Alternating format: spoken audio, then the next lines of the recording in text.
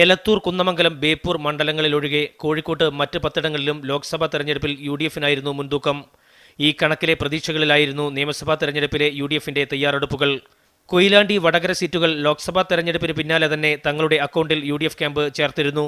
2011 വിജയിച്ച കൊടുവള്ളിയും തിരുവമ്പാടിയും ഒപ്പം തന്നെയെന്നും യുഡിഎഫ് കണക്കുകൂട്ടി. എന്നാൽ യുഡിഎഫിന്റെ എല്ലാ കണക്കുകളെയും തെറ്റിക്കുന്നതാണ് നിയമസഭാ തെരഞ്ഞെടുപ്പ് ഫലം. കൊടുവള്ളിയിലും കൊയിലാണ്ടിയിലും നാണം കെട്ടപ്പോൾ തിരുവമ്പാടിയിലും വടകരയിലും അടിയൊഴുക്കുകളാണ് യുഡിഎഫിന് തിരിച്ചടിയായത്. ക്രിസ്ത്യൻ ഭൂരിപക്ഷ മേഖലകളായ പുതുപ്പാടിയും കോടഞ്ചേരിയുമാണ് തിരുവമ്പാടിയിൽ യുഡിഎഫിന്റെ കണക്ക് തെറ്റിച്ചതെങ്കിൽ RMPയും ഇടത് സ്ഥാനാർത്ഥി CK നാണുവുമാണ് വടകരയിൽ യുഡിഎഫിന്റെ വോട്ട് ചോർത്തിയത്. പല മണ്ഡലങ്ങളിലും യുഡിഎഫ് സ്ഥാനാർത്ഥി നിർണയത്തിലെ അപാകതകളാണ് ഇടതിന്റെ വൻ വിജയത്തിന് കളമൊരുക്കിയതെന്നാണ് വിലയിരുത്തൽ. സംസ്ഥാനത്ത് ഇടത് തരംഗം ആഞ്ഞുവീശിയപ്പോഴും കോഴിക്കോട് കുറ്റ്യാടിയിലെ തോൽവി ഇടതുമുന്നണിക്ക് നിരാശ പകരുന്നതാണ്.